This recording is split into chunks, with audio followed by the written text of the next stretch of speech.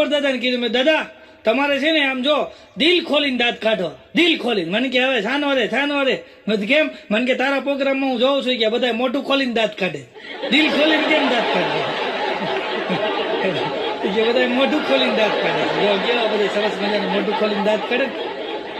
હમણાં એક જણો છે ને જોરથી દાંત કાઢતો હતો, જોરથી. મેં કીધું ભાઈ મેડિટેશનમાં જાશો યોગા કરવા, આવું સરસ મજાનું જોરથી દાંત કાઢશો? અરે મને કે ના રે ના, સામે વાળાની 1 કરોડની લોટરી લાગી. મેં તો કોકનું સુખે તું સુખી થાય તો સારું કહેવાય, એનું સારું જોઈને તું દાંત કાઢશો? મેં તો રાજી થયો. અરે મને કે એના દાંત નથી કાઢતો. મેં તો અરે મને કે એને 1 કરોડની લોટરી લાગી ને ટિકિટ ખોવાઈ ગઈ, એના દાંત આવતા. બોલો, કોકને નુકસાન જાય ને એટલે માણસને એવી મજા આવે, એની ટિકિટ ખોવાઈ ગઈ છે. એક જણો તમને છે ને આમ જો ઉદાસ બેઠો, ઉદાસ ભાઈ, ઉદાસ.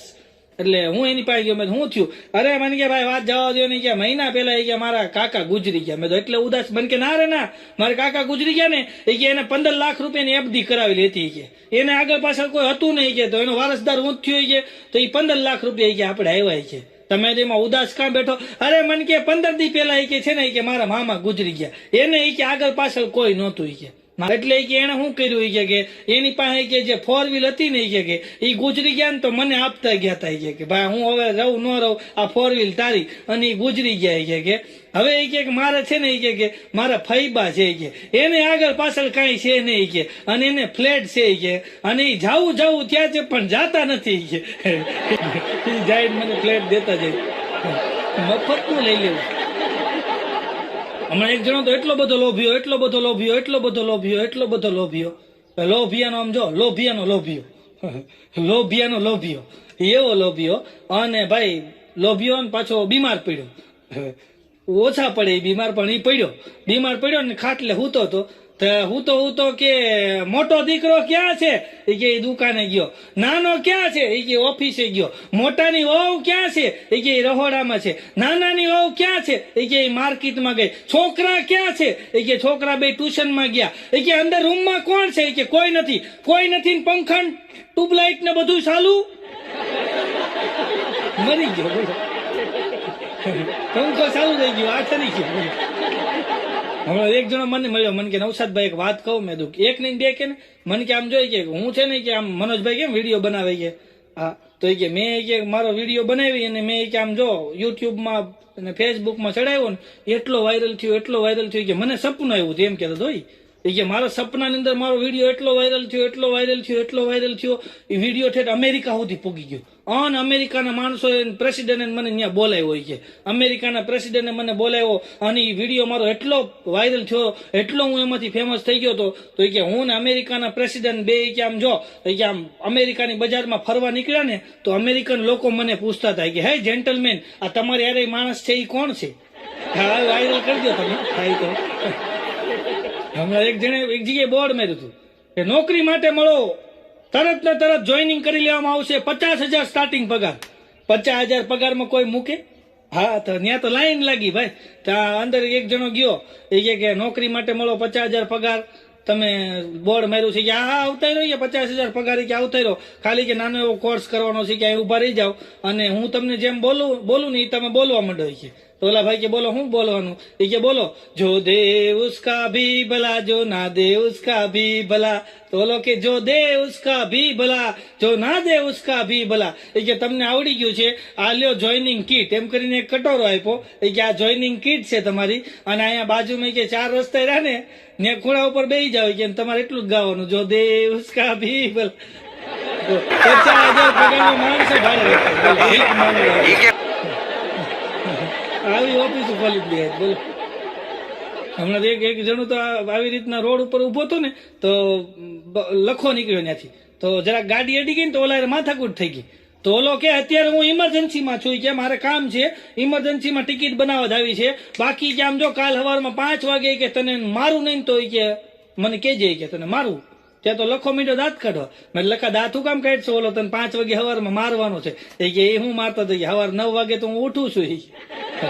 કીધું પથારીમાં ગોનારી નાખશે કીધું. ઉઠ ભલે 9 વાગે નથી, ત્યાં બે ઘૂસતા મારી જાય પથારીમાં. હમણાં મારો ભાઈબંધ છે ને બાઘો, ઈ ઓલા કાચ આવે ને આપણે મોઢું જોવાના કાચ, આભલા લઈને મુંબઈ વેચવા ગયો. તો મુંબઈ બોરીવલીમાં પથારો કર્યો. તો આમ કાચનો પથારો કર્યો ને એમાં વેચતો હતો. ત્યાં તો બધા હિન્દી બોલતા હોય વધારે. એક જણ આવ્યો કે વાવ આઈના બાગો કે ના રે ના અમરેલી ના. હવે કાચને હિન્દીમાં આઈના કહેતા છે. એક જણો તો મુંબઈમાં ધોમ પી ગયો ભાઈ, ધોમ પીને સ્ટુડિયોમાં ફોટો પડાવવા ગયો. તો સ્ટુડિયોમાં જઈને કે મારો ફોટો પાડી દેવી કે હરકો ઉભો નતો રહે. તો 8 કોથળી પીધી હતી દેશીની 25 રૂપિયા વાળી. ઉભો નતો રહે તો મારો ફોટો પાડી દે કે. તો ઓલો કે પણ તમે આટલું બધું પીને આવ્યો છો ને ફોટો પડાવ પાડી દેવો, મારે લાયસન્સ કઢાવવા જવું ને ત્યાં ફોટો દેવો લાયસન્સ. એ કે પણ આવી રીતના પીન તમે ફોટો લઈને લાયસન્સમાં જાઓ.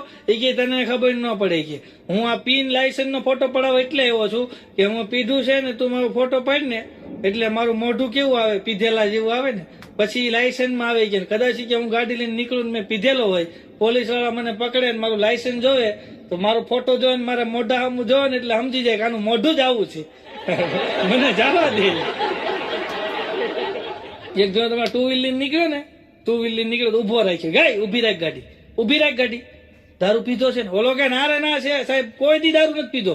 અરે મેં નહીં, મારા બાપાએ કોઈ દી પીધો નથી. અમે કે મેં તો નથી પીધો, મારા બાપાએ કોઈ દી નથી પીધો. કે સાહેબ કે ખોટું બોલમાં વાસ આવે છે, દેશી પીધો એવું લાગે.